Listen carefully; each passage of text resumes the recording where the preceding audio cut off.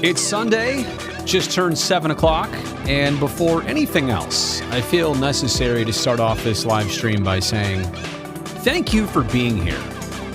It's an odd game time today. It's a Sunday.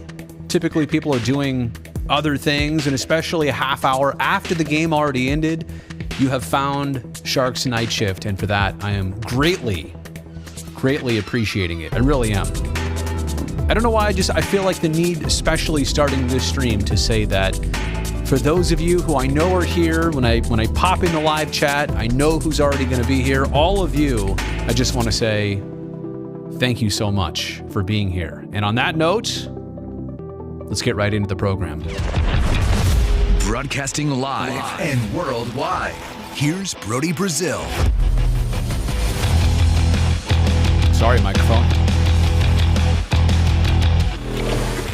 4-2, Sharks get the win, a game and a result they greatly needed. They had lost 3 in a row. Kings, Avs, some frustrations, probably creeping in, the trade deadline right around the corner. And to go up against a 44-point Desert Dog team, you had to get this result. You know what? Oh my goodness. I don't know if you can hear this in the background. Let me stop the music for a second. Can you hear this in the background? Hang on one second. I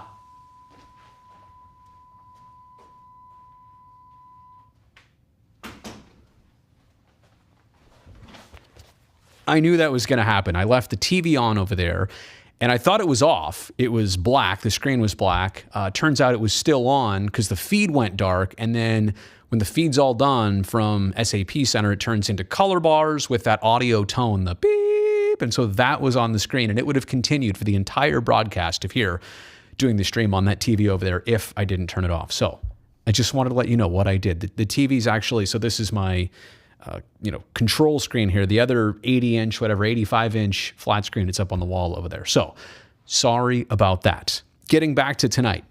Had to get this win, right? It's the Desert Dogs. Now, they had won 7 of their last 10. Quite honestly, they had scored more goals, 37, I think, in this month of March, more goals than any other team in the league. So they weren't exactly beatable 100% coming into this game, but scoring 20 seconds in, as the Sharks did, to kind of have the game maintain its lull status. I mean, shots were 7-6 in the first. Shots were 8-8 in the second. It wasn't until literally 5 minutes left in the game when Krause scored off a heeled puck. Oh, man, that was an ugly one. And then Timo Meier, 20-something seconds later, he responds. And then about 45 seconds later, Noah Gregor gets that lead back for San Jose. Empty netter for Balsers. And so the scoring goes Sharks, Arizona, Sharks. They get the final 3 of the game unanswered. They go on to win 4-2. And tonight was game 62 on the season. There's something to be figured out here, I think, in the final 20. I think the final 20 games of the season should be its own entity. It should be its own segment. We should look at this team differently in the final 20 games of this season.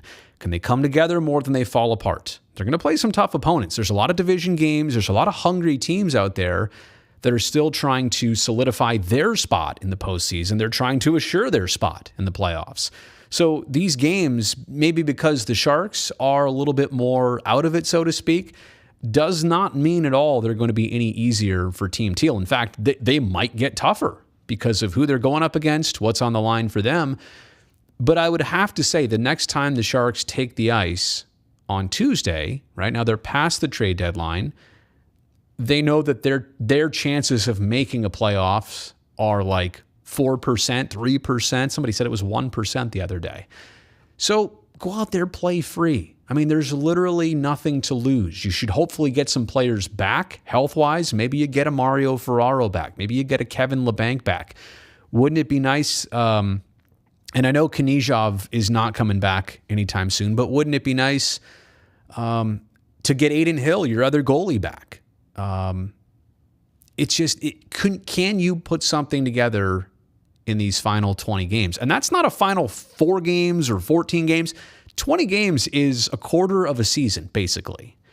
That's enough time to showcase. It's enough time to send a message to the front office, maybe give your head coach some job security. For players who are fighting for roles this year and moving forward to next year, you can earn yourself that. The final 20 of games of this season are not to be scoffed at. I mean, there is definitely something of value here. I want to see who takes advantage of it. I want to see what the Sharks can put together. Individually, that's important, but also as a team. You look back, they had one 4-game win streak to start off the year, and that's been their biggest run. Other than that, put together a pair of wins a couple times, 3 wins in a row. I want to say maybe twice since the 4-game run to start. They owe it to themselves to get on a roll. They owe it to themselves to end strong. And I'm not going to sit here and throw you false hope and say, well, there's a chance to make the playoffs. No, it goes like this. I mean, numerically, is it possible? Sure. But logistically, let's be real with ourselves. Look at all the teams in there. Look at what would have to happen. Look how the Sharks would have to expend themselves. And yeah, they play a lot of division games. So anytime they win and other teams lose, yeah, you can escalate up those standings. But hey, if you finish strong and you finish 5th in the division, okay, great. High five to you. Like you sent a message and you didn't get in the playoffs, but your chances for that were not good after especially January and February, how those months went. But I'm telling you, maybe, starting, and this is kind of maybe it's a good segment here, right? We're going to be post-deadline starting Tuesday. The number of 20 is that quarter of a season. Maybe this is it. Carlson should, he's been back, maybe should be shaking all the rust off at this point. And like I said, you get hopefully some reinforcements back for the end of this season. Let's see what you're made of. I really hope that's the case for the Sharks. And the other thing I want to say about tonight's game, a player like Jonathan Dahlen taking a puck to the face. Like I want the full squad out there. I really want to see how this team can look when assembled to its potential. So I hope Dahlen is okay. That did not look good. I don't know if it was puck in the chin, throat, bottom of the face area, or as Drew would say, face area. It's all your face. I get it. But the Sharks are lucky that when Barabanov got boarded tonight, that he wasn't seriously injured. And same thing, Bonino crashing into the cage late in the game. I mean, it just sounded terrible on television. So beyond success, which I want to see from this team, health is, I think, a main factor down the stretch. They need to be together to make this statement. And I'm telling you right now, I'll end this little part with this. The theme has got to be this. If you're not going to make the playoffs, make a statement at the end of your season. Simple as that. Okay, as for tonight's game, a little bit of back and forth. I mean, I don't want to go through all the play-by-play. And by the way, this is going to be a little bit of an expedited edition of Sharks Night Shift.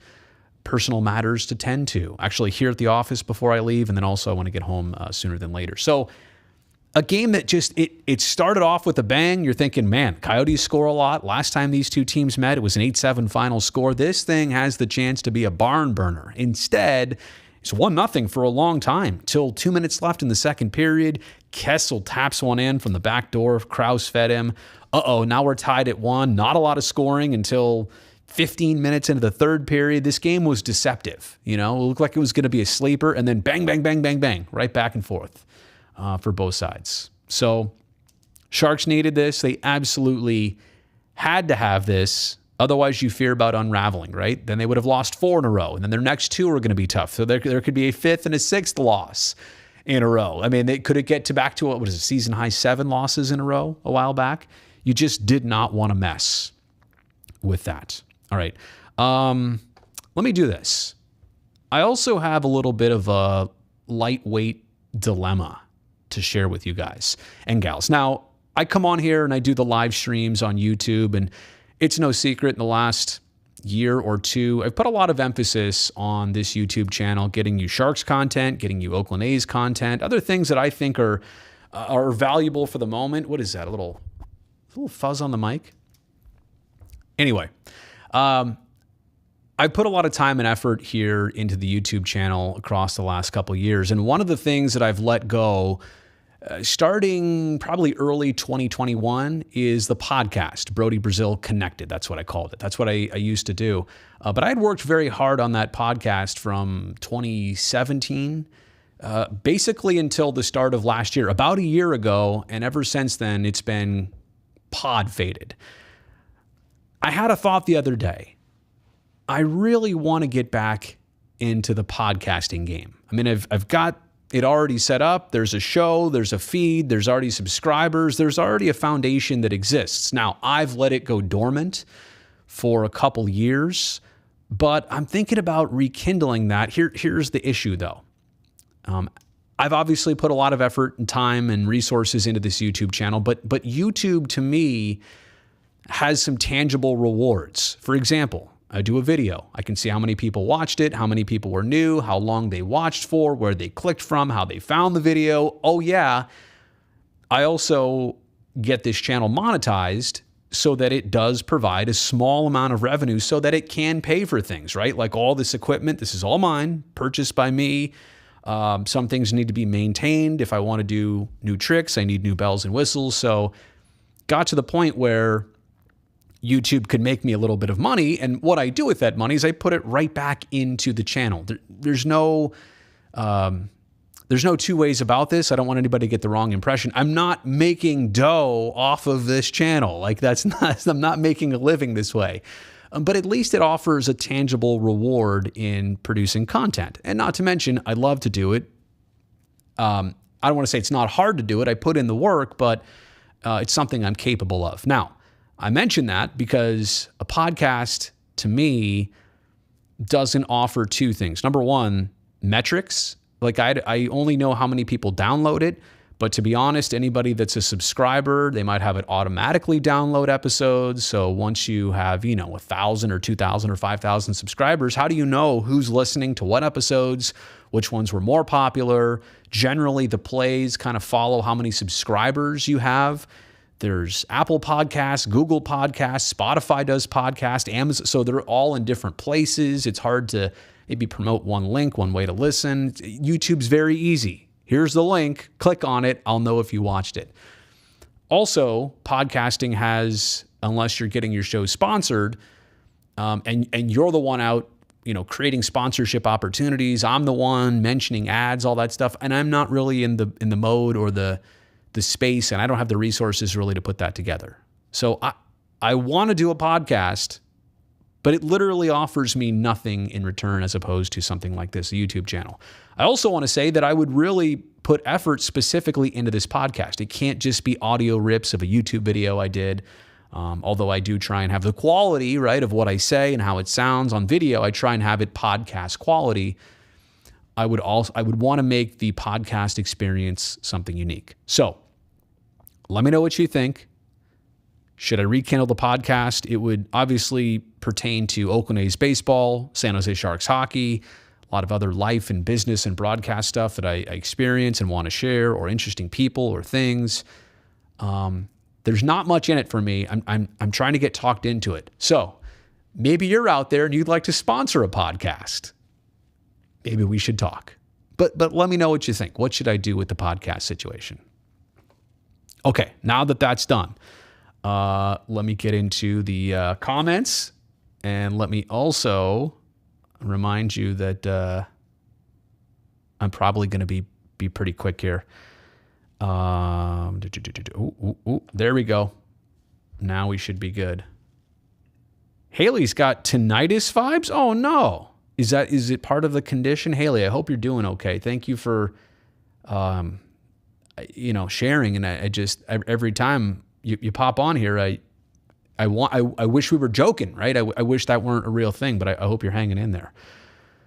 Laura says, I'll take the win. I said, if they didn't win this one, I'd plan to attend one more Sharks game. Yeah, it really did have that feel to it. Desert Dogs. Bing, bing, bing, bing, bing. Maybe that's what you're talking about. Felix, hello. Everybody can hear me right now. I'm worried when I check the comments. I'm waiting for, hey, you've been on this entire time on mute. No, we're good. It's interesting how it took the Coyotes getting a goal to make the Sharks get some. Caker Girl, you know what? You're right. tonight kind of felt like peer pressure. The Sharks had one for a long time. Then the Desert Dogs responded. But those last couple minutes, Krause at 15:09, Timo at 15:31, and Gregor at 16:15. So within about a minute and 6 seconds, you had 3 goals. That's a lot. Fast and furious. Ding, ding, ding. And I hope none of you were actually playing the game tonight, the Desert Dogs drinking game. So Caker Girl, the whole bell thingy, it's just, I decided tonight to add the bell as kind of I want to say an audio element, as an audio element of whenever we say Desert Dogs, to make it really pop. Ding the bell, which is, by the way, still downstairs. I don't have it with me. Can't lie, Brody, you'll be upset if the Sharks don't do anything by tomorrow's deadline, and you would listen to the podcast. I definitely appreciate that. Tony's played hockey over 50 years, and players getting hit in the face by pucks almost every game. Yeah, a lot of Sharks have been hit by pucks. Dahlin, Logan, how about Mario Ferraro, right before the ankle injury, right? He lost a couple of his teeth that way. And by the way, it was really good to see him earlier tonight. Oh, speaking of growing the brand, yes, that project, the secret project, Felix. We got to talk about that. I maybe have an update. We're working on something, everybody, and I appreciate all of Felix's work. And by the way, Felix is a mod, Caker Girl's a mod, Brutus is a mod. So we are. Maddie's a mod. I haven't seen Maddie in here tonight, but yeah, we're trying to build the community, do a little community building here first. Not gonna lie, I was a little nervous when I saw Timo's shot get redirected and hit Logan. Yeah, flashback. To when Burnsy hit Pavs on accident. Burnsy also hit Scott Hannon up high back in the day. Scott will never stop talking about that, and I don't blame him. Haley says, I could also always repurpose audio from YouTube and expand on them in a podcast. Yeah, I agree. And I want to make the podcast, if I do it, their own thing. I just don't know how to do it so that it's rewarding. To be honest, my time is limited already. I put a lot of effort here into YouTube and actual work and Instagram and other things like that. What am I expecting from the Sharks? With the trade deadline, there might be some acquisitions, and maybe these acquisitions might be minor in scope, and maybe some of them would be to take on cap space that they have for a draft pick in return they could also get. I'm not expecting shopping for San Jose. I'm not expecting a big fire sale from San Jose. I think some of the things that they want to do might get handled in the offseason as opposed to right now. It's a weird rental period. It's only a month before the playoffs start, basically, month and change. So it's a short rental period. And also, we've seen a flurry of moves already, right? Giroux, Giordano. These trades and this type of stuff usually happens day of the deadline, morning of.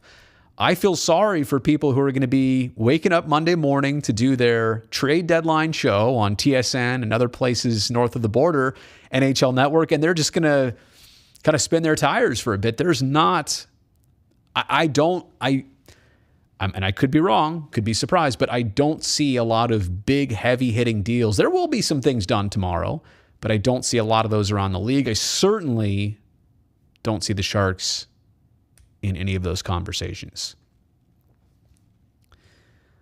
Felix says, also, wouldn't this be considered a podcast technically? I get technically, but podcasts are audio format.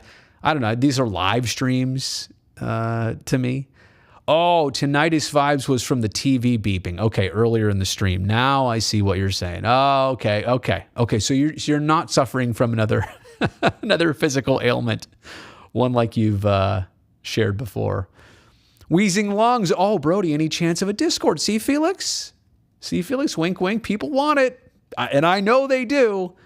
That's what Felix and I have been talking about. He's been so helpful in getting things squared away. We just have a couple roadblocks to try and push through. Alden has loved the podcast as long as I wouldn't be getting stretched too thin. Yeah, and that's it, Alden. I mean, it would have to be rewarding in a way where I could either track its growth and I know that it's working, or honestly would have to somehow supplement, like the channel and what I'm doing with all this equipment. Like YouTube, at least now, it's enough. Like like I got a new camera back in December. This camera, I wanted to upgrade it so that it matched how this camera looked, right? So, there's a significant investment in this camera and this one, which I already have. There's a couple audio interfaces and devices down here I needed to get the sound right. This thing needed to be replaced. This little converter to HDMI, that was $90, $100 purchase, something like that. So I do all this stuff to try and keep the channel, production value as high as possible. But I just don't know if a podcast would give me that return. If I release that rap album of mine, you've been nagging on for 3 years, it'll pay for the podcast and more. Oh man, that is hilarious. When Dahlin got hit by the puck, you flash back to when Ferraro got hit. Yeah, and I mean over the years, Logan's got hit. It's funny. Like I always say, I'm happy players wear a visor just to protect their eyes. I feel like everything that happens on your face from here down can be fixable, replaceable. It might be painful, but I tell you what I most want to protect with these guys, it's here, but it's your eyes, right? There's no coming back from a severe eye injury. So I'm glad it wasn't that.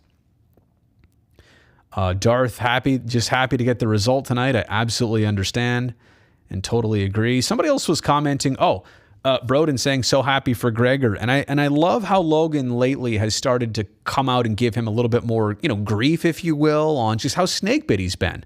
It's not Noah's fault. So long as a teammate like Logan sees the effort, to me, that says something. And what Gregor's doing, he's doing the right things, and it will reward him at some point in his career. All right.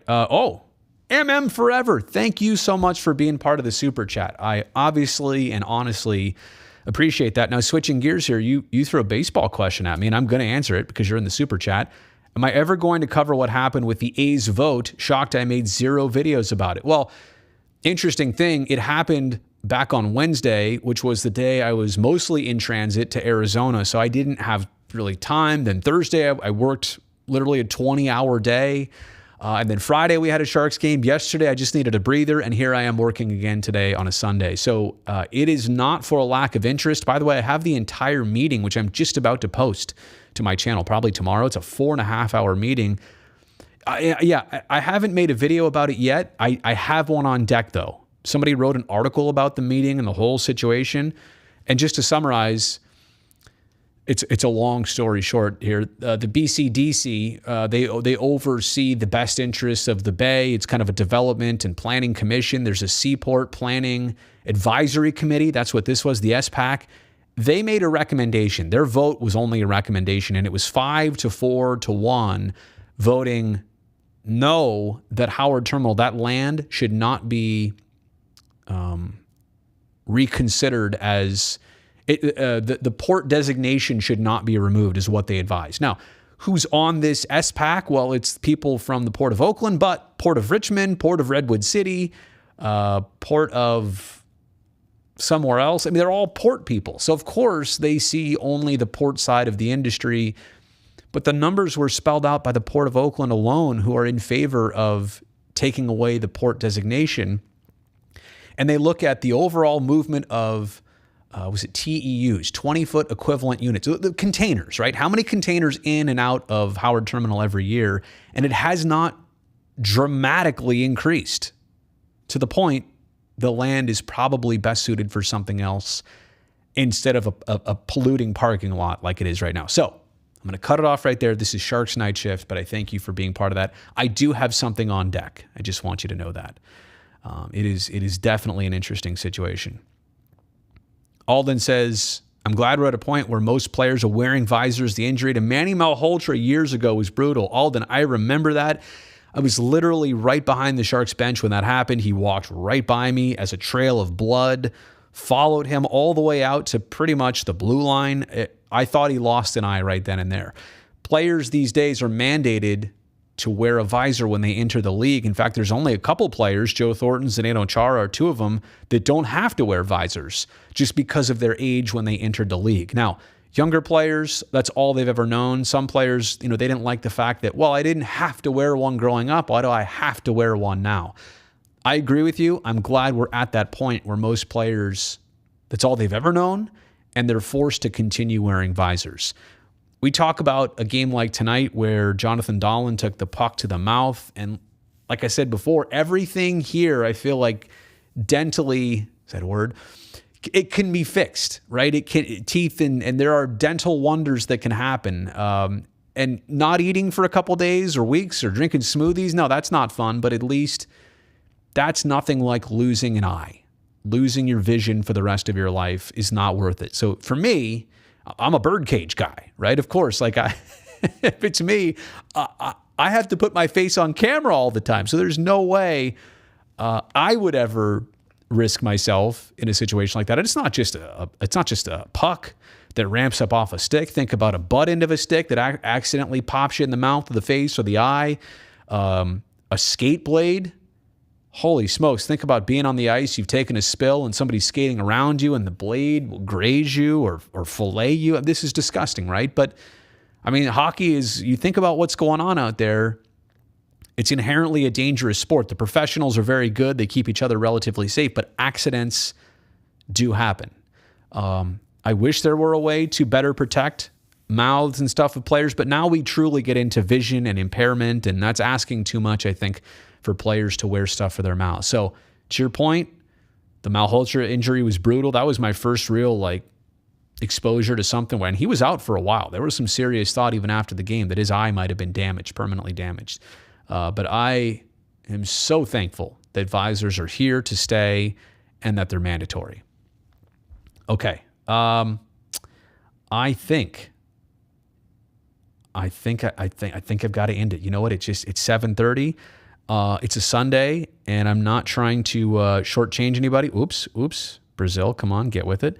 But I got to go. So that's it for Sharks Night Shift. Busy week, right? We're here on a Sunday. Got another game on Tuesday. Got another one on Thursday. Got another one on Saturday. Then a couple days off. But these final 20 games, they're going to come quick. There's about a month plus left in the season. So 20 games in probably 36 days. That's a lot of hockey. The trade deadline tomorrow.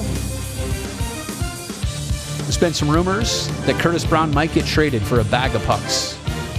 Or as he'll say, I might get traded for other hockey equipment. We'll see how that shakes out. But let me just tell you in advance, you're not going to want to miss the beginning of Sharks Pregame Live on Tuesday, our first show after the deadline. Hey, don't forget. Oh, wait. I'm over here. That was a mistake. Don't forget to follow me on social media. Thumbs up on this video if you're still watching. And don't forget, subscribe to the channel. I will talk to you next time. And I got to fix what happened. What just happened there? Why didn't it? We'll have to get that sorted out. All right. I'll see everybody later. Bye.